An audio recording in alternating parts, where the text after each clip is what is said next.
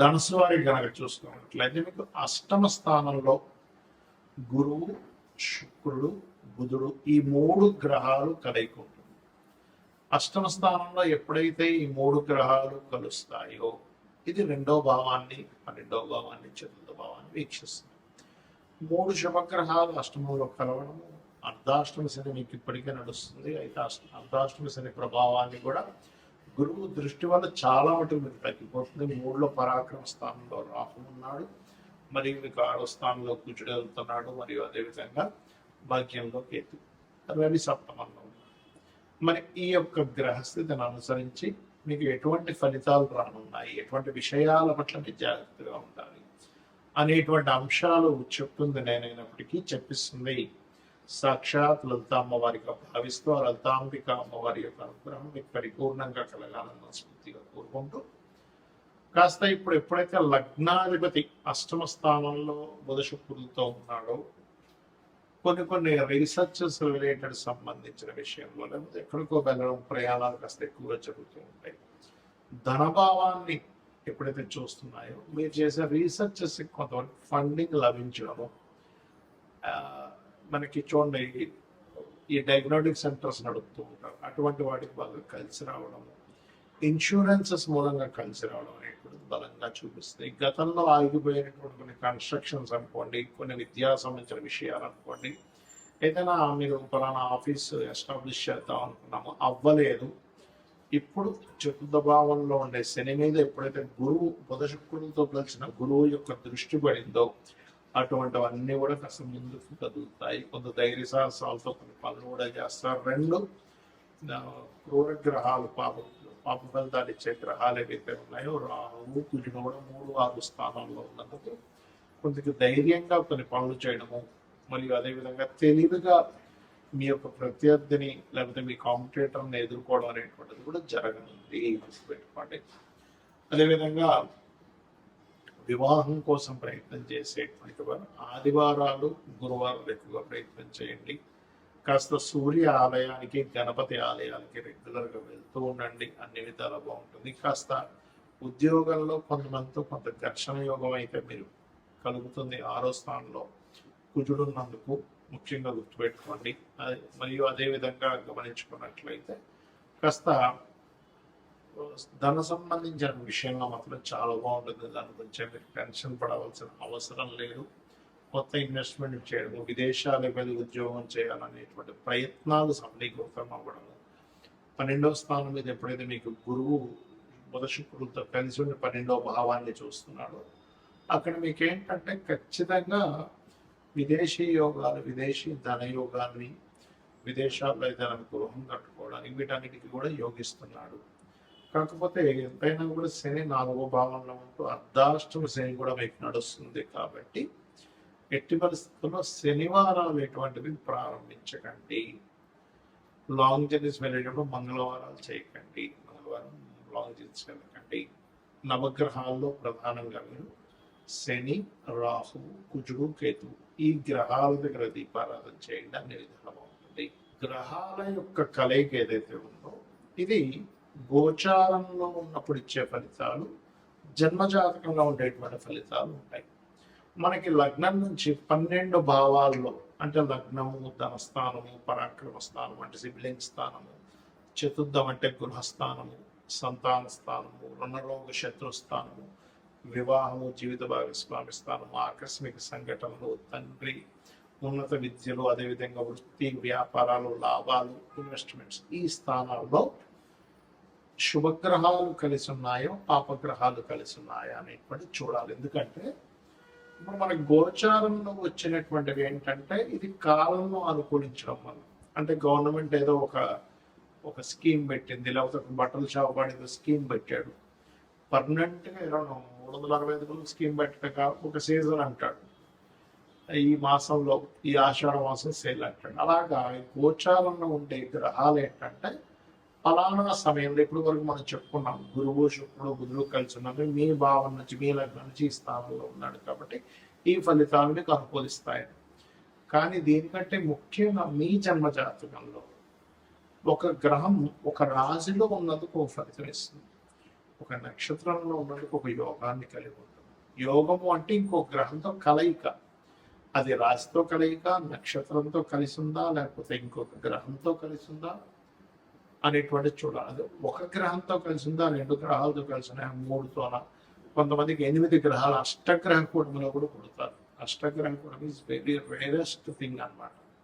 So అలాగా మీ జన్మజాతకంలో ముఖ్యంగా మీరు గమనించుకోవాల్సింది ఏంటంటే 2 గ్రహాలు అవి శుభగ్రహాల పాపగ్రహాల గుర్తుపెట్టుకోండి. ఈ శుభగ్రహాలు అంటే ఏమిటి? శుభ ఫలితాలు ఇచ్చే గ్రహాలు, పాప ఫలితాలు ఇచ్చే గ్రహాలు. క్రూర గ్రహాలు శుభగ్రహాలు అంటారు. ఇవి అన్ని కూడా ఒక్కొక్క స్థానాల్లో ఒక్కొక్క ఫలితాలు ఇస్తాయి. ఎలాగా అంటే ఇప్పుడు శుభగ్రహాలు అంటే ఏమిటి? గురువు, శుక్రుడు, బుధుడు, పూర్ణ చంద్రుడు. ఓకే, ఈ 4 కూడా చక్కటి శుభగ్రహాలు.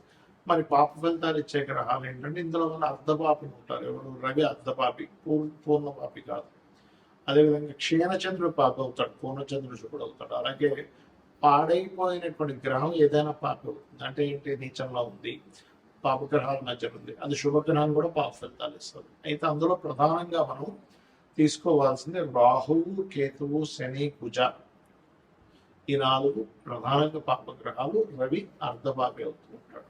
సిచ్యువేషన్స్ బట్టి గ్రహాలు మారిపోతుంటాయి. అయితే ఇక్కడ మీరు అర్థం చేసుకోవాల్సింది శుభగ్రహాలు మీకు కంప్లీట్గా మీ యొక్క లగ్నం నుంచి, లగ్నంలో కానీ, ధనస్థానం అంటే 2వ స్థానంలో కానీ, 4లో కానీ, 5లో కానీ, 7వ భావంలో కానీ, అదేవిధంగా మీకు లాభభావంలో కానీ శుభగ్రహాలు కలయిక మంచి ఫలితాలను ఇస్తుంది. గుర్తుపెట్టుకోండి. దీంతో పాటు పోర్ట్ఫోలియో కూడా చూడాలి. మరి క్రూర గ్రహాలు ఏమిటంటే ఇవి కూడా మంచి ఫలితాలు ఇస్తాయి. ఎక్కడ ఇస్తాయని చెప్తాను. 3వ భావంలో అంటే పరాక్రమం. మీకు ధైర్యంగా ఒక పని చేయాలంటే క్రూర గ్రహాలు కలయిక ఉండాలి. అంటే ఏమిటంటే రవి కుజులు కావచ్చు, శని కుజులు కావచ్చు, అదేవిధంగా మనకి కుజుడు రాహు కావచ్చు, కుజుడు రవి కావచ్చు. ఇలా ఇప్పుడు నేను చెప్పినటువంటి గ్రహాలు ఏవైతే రాహువు, కేతువు, కుజుడు, రవి అండ్ పాప ఫలితం, పాప సంబంధం కలిగిన గ్రహం, ఇవి ఏం చేస్తాయంటే వెరీ క్లియర్గా ఇవి మీకు 3లో ఉన్న, 6వ భావంలో ఉన్న, 3లో ఉంటే పరాక్రమాన్ని ఇస్తుంది, ధైర్యంగా ఒక స్టెప్ తీసుకోవడానికి ఇస్తుంది. 6వ భావంలో ఉంటే శత్రువు నిలబడలేడు మీ ముందు. గుర్తుపెట్టుకోండి. 6లో కుజుడున్న జాతకుడు చూడండి, ఈ శత్రువు మీ ముందు నిలబడలేడు. శత్రువు నాశనము అంటుంది శాస్త్రం. అదేవిధంగా 6వ స్థానంలో అధిక గ్రహాలు. ఇంకొక ఇబ్బంది కూడా ఉంది. ఏముంటుంది అంటే కొంచెం ఎక్కువ కర్మలు పెండింగ్ ఉన్నాయి, కొంచెం ఎక్కువ పోరాటం ఉంటుంది లైఫ్లో శుభగ్రహాలు, పాపగ్రహాలు ఉన్నందుకు. కాకపోతే పోరాడేటువంటి శక్తిని కూడా ఆ గ్రహాలు ఇస్తాయి. గుర్తుపెట్టుకోండి.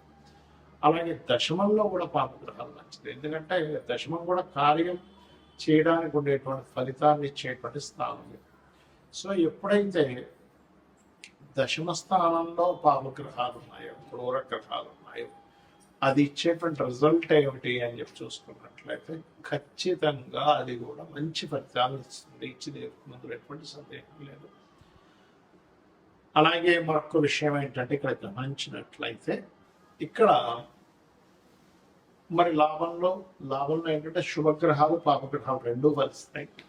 మరి 12వ స్థానంలో ఉండేటువంటి గ్రహాలు ఒకవేళ శుభగ్రహాలు ఉంటే, పాపగ్రహాలు ఉంటాయి ఏంటంటే అది కంఫర్ట్, విదేశాలకు వెళ్ళేటువంటి విషయం, ఇన్వెస్ట్మెంట్ చేసేటువంటి విషయం.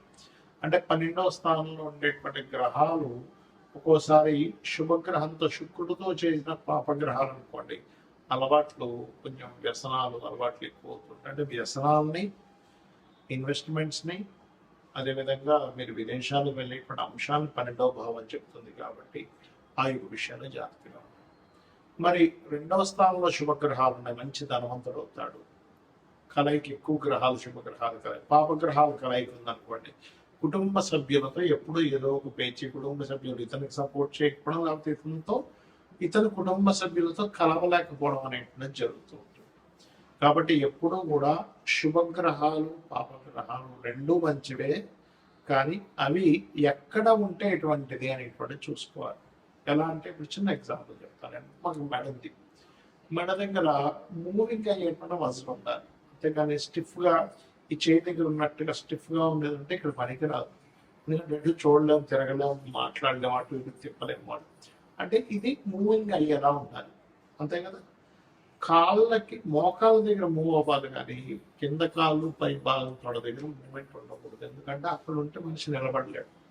అంటే మన యొక్క శరీర భాగాలలో ఎక్కడ మీకు బెండ్ అవ్వాలి, ఎక్కడ బెండ్ అవ్వకూడదు అనేటువంటి సిస్టమ్ ఎలా అయితే భగవంతుడు క్రియేట్ చేశాడో, గ్రహాలు కూడా పరాక్రమం ఉండాలా వద్దంటే ఉండాలి. అప్పుడు 3వ గ్రహంలో పాపగ్రహాలు ఉండాలి.